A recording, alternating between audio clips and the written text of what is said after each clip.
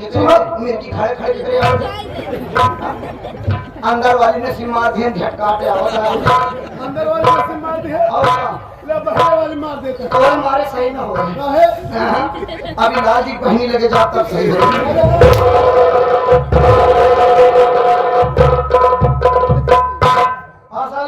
भैया हमार कोनो गलती नहीं रे नहीं दरोगा साहब के सब गलती रे हम कुछ ना करे माइक मार थोड़े खात है तो कुछ नहीं करा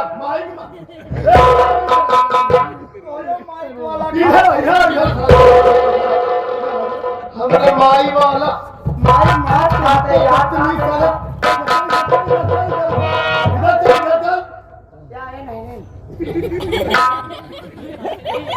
बस साले कुत्ते की औलाद चल साले चल ना चलेगी जा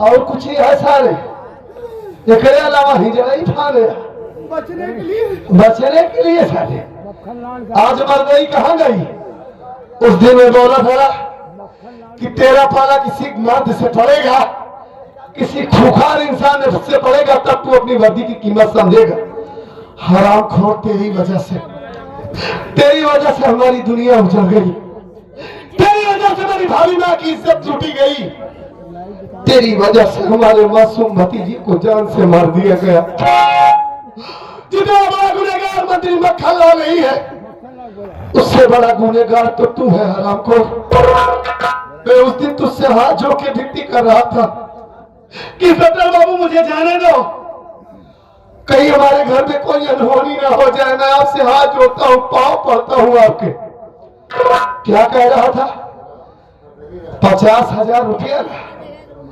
बाप बड़ा ना भैया सबसे बड़ा रुपया हम जैसे गरीब तेरी नजर में कीड़े मकोड़े हरामखोर गुलाब ने पैसे को तेरी इज्जत तेरी जान बचा ले आज कौन बचाएगा मुझसे हरामजादे तुझे क्या पता कि इंसानियत किसे कहते हैं इंसानियत क्या चीज है ममता किसे कहते हैं परिवार क्या होता है अगर तू मुझे उस दिन जाने दिया होता तो आज हमारा भतीजा इस दुनिया में जिंदा रहता और तू इतना हद तक गिर गया कि मेरी भाभी मां अपने मरे हुए बच्चे की लाश लेकर तेरे पास आई थी ये सोचकर कि हमें न्याय मिलेगा इंसाफ मिलेगा लेकिन तू हरामखोर मेरी भाभी मां को इंसाफ दिलाने के बजाय लातों से ठोकर मार कर उन्हें मार कर भगा दिया साले गंदी नारी के कीड़े न जाने किस जात की पैदाइश है तू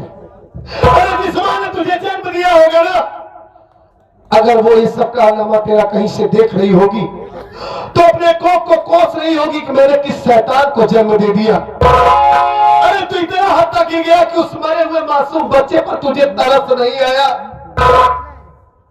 तुझे क्या तरस आएगा न तेरे पास कोई माँ है न कोई बहन है न ही कोई भाभी है अगर आज तेरे मासूम भतीजे को जान से मार दिया जाता तेरी भाभी माँ की इज्जत लूटी जाती तब तुझे पता चलता कि अपने ऊपर अत्याचार होता है तो इस दिल में कितना दर्द होता है दिमाग पागल सा हो जाता है तेरी वजह से साले आज मैं तुझे जिंदा नहीं छोड़ूंगा तेरे टुकड़े टुकड़े कर दूंगा साले आंसू क्यों मारा है मार डालो राजेश, मार डालूंगा हराम खोर, मार दो मुझे जान से।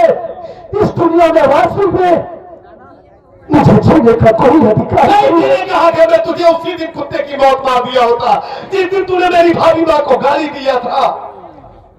ठीक कहता है, आज तक मैंने किसी बहन बेटियों की इज्जत नहीं किया, किसी माँ की इज्जत नहीं किया।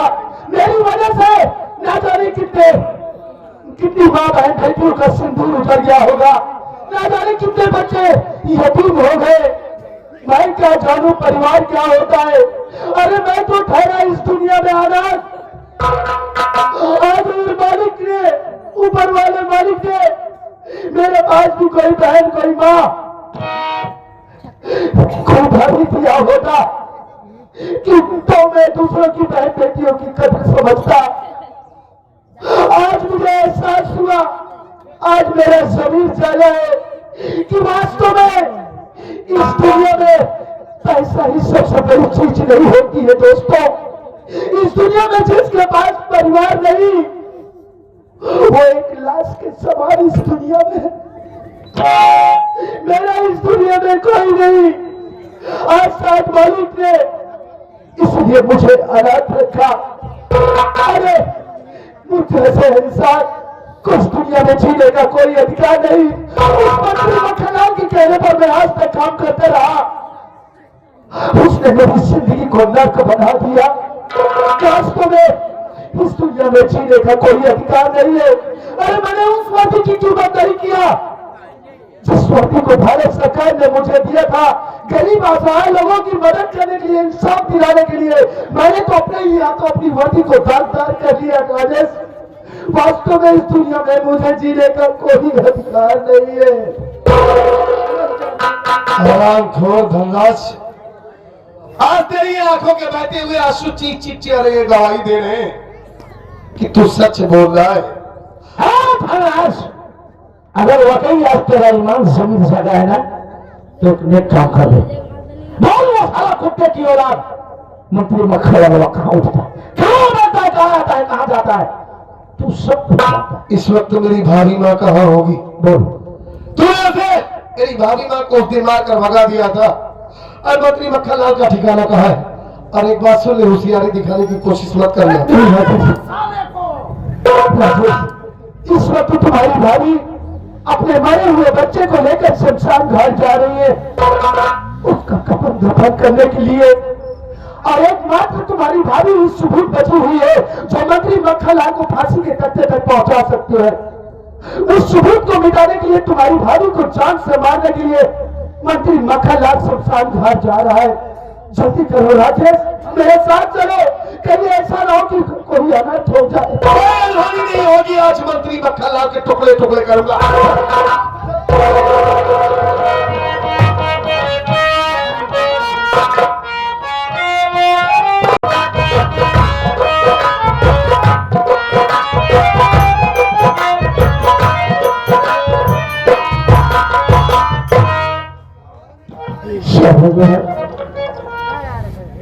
आज मैं वो काम करके आई हूँ जो काम दुनिया की किसी औरत के लिए किया होगा।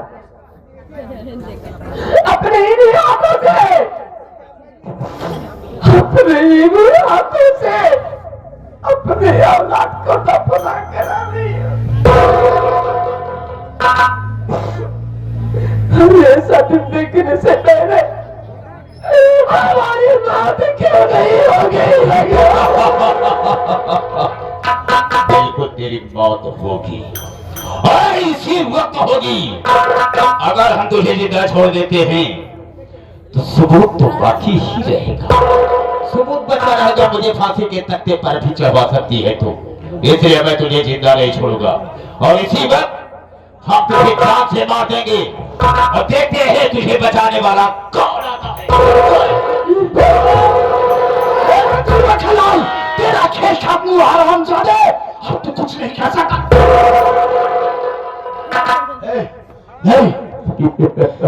मत देख, तेरी दुश्मनी मेरे साथ है, मैंने तेरे साथ गलत किया। तू मुझे जान से मार दे लेकिन वंदना को छोड़ दे। तू पानी में रहकर मगर से बैर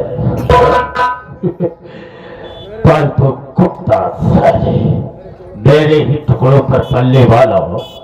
आज तो मेरा दुश्मन पर गया, मुझ पर गोली चलाना चाहता था। आज मैं तुझे जीता नहीं छोड़ूंगा। तुझे जहाँ समझाना चाहता मार दे मुझे। अरे मेरी जिंदगी में क्या बचा है रे? तूने तो एक इंसान से मुझे शैतान बना डाला, मेरी जिंदगी को नर्क बना डाला। आज तक की किसी माँ बहन बेटियों का की कदर करना तूने नहीं सिखाया राम। तू मुझे मारना चाहता है, मार डाल मुझे जान से। हुआ क्या ही है? मौका बार बार नहीं मिलता और मौत बार बार नहीं आती है। किसे कह रहा है? उसे मैं जिंदा छोड़ूंगा। अगर तुझे मार देता हूँ जिंदा रहेगी तो सबूत तो बचा ही रहेगा, इसलिए कोई सबूत नहीं छोड़ेंगे। चले चल चल ये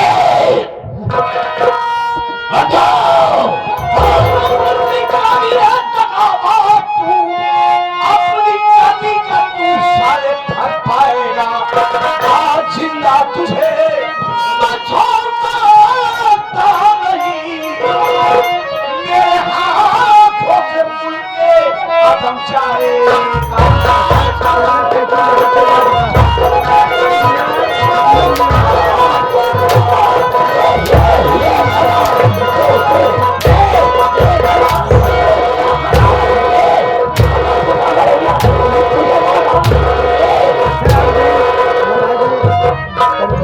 मक्खन लाल जो रे मंत्री तेरी बहन के साले साले कनेक्ट मतलब मेरी भाभी माँ को हरा दे रे। हाँ जा से साले देखो नहीं मारूंगा। सोचा था घर में कॉमेडी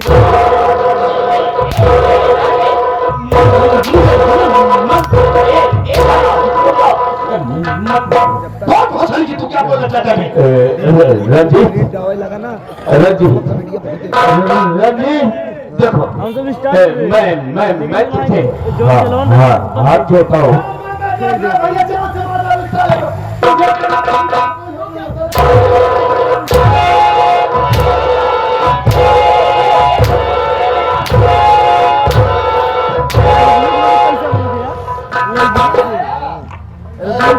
नारी निकेतन खोल रखा है रे साले, नारी जहाँ खोल रखा है साले।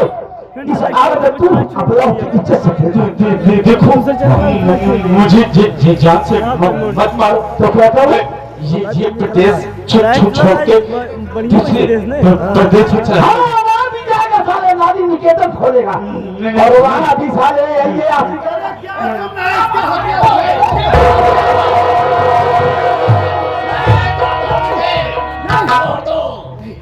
जाओ धना ज्यादा मेरी भाभी माँ की इज्जत टूटा है।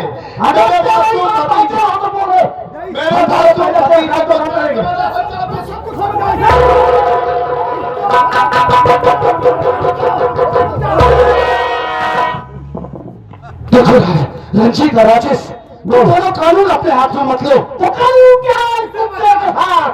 बचाना इसे क्यों चाहता है तू? मैं इसलिए बचाना चाहता हूँ कि इसने साले ने मेरी जिंदगी को बर्बाद किया, एक इंसान से मुझे शैतान बनाया। आज मैं इसकी जिंदगी को बर्बाद करूंगा। आज साले को मैं इस दुनिया से विदा कर दूंगा इसे। और मारने के बाद मैं खुद अपने आप को कानून के हवाले बना तुम मुझे मारेगा।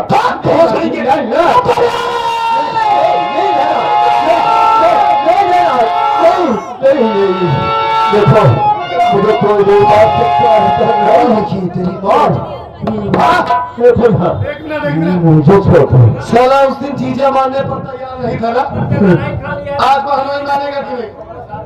बहुत सारे कह रहा था कि ऐसे रिश्तेदार को जूता से मारता हूँ।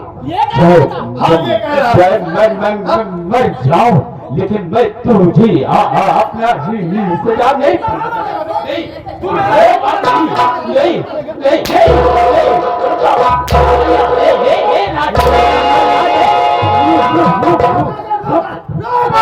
मैं इसे मारूंगा साले को। नहीं मार सकता तेरी बहन के साले।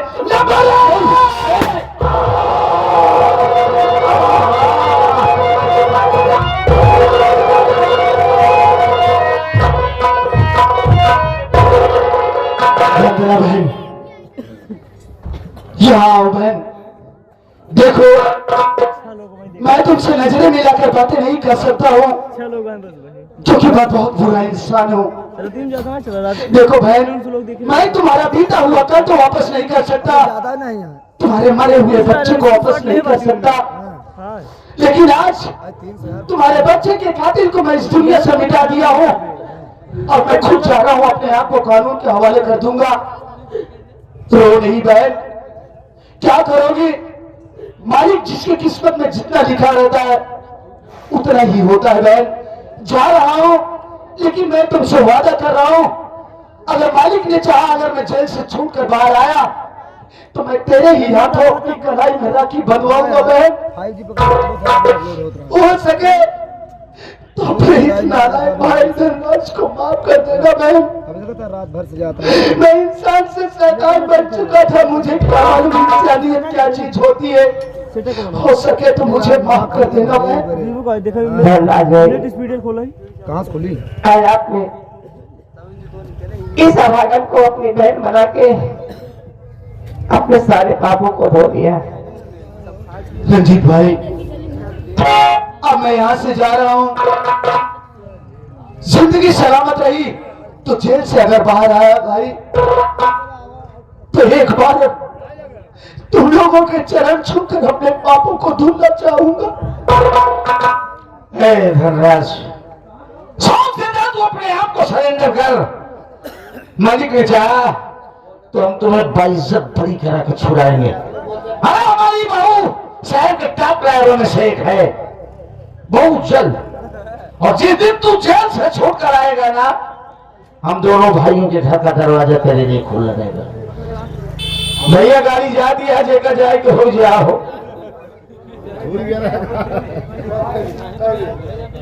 भैया गाड़ी जाती है, जेकर जाए के बाटे जा सकते। देखो वंदना, हाँ मैं तुम्हारा गुनहगार हूँ। काश मैं उस वक्त अपने आप को काबू में रखता तो शायद आज मेरा पूरा परिवार तिनके की तरह न दिखता। फिर अभी हमारी उम्र ही क्या है? मालिक ने चाहा तो तुम्हारी गोदी फिर से हरी भरी होगी। और फिर मालिक ने हमारे घर में एक चांद सी बहू दे दिया है, फिर हमारे घर में खुशियां आएंगी।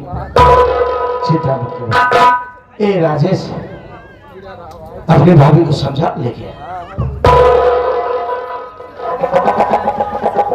नहीं भाभी, माँ आप रोइए नहीं। आप अच्छी तरीके से जानती है कि मैं आपकी आंखों में आंसू नहीं देख सकता। अरे आपका एक बेटा इस दुनिया से गया है ना, अभी तो आपका एक बेटा आपके सामने खड़ा है ना। मैं बेटे का हाथ आज पूरा करूंगा भाभी। मैं और मेरी पत्नी सारी जिंदगी आपकी सेवा करेंगे। कभी आपको बेटी या बेटे की कमी नहीं महसूस होने देंगे। हमेशा आपके चरणों की धूल बनकर रहेंगे। और मालिक ने चाहा तो हमारे घर में फिर से खुशियां आएंगी। अब मालिक पर भरोसा रखो। हाँ दोस्तों, यही से हमारी संगीत खत्म होती है। संगीत का नाम था भाई बना कसाई। भाई बना कसाई, घर की इज्जत बहन लुटाई और फमा हमारी हो जाएगी। अगर आप लोग गाना वगैरह सुनना चाहते हैं तो सुन सकते हैं।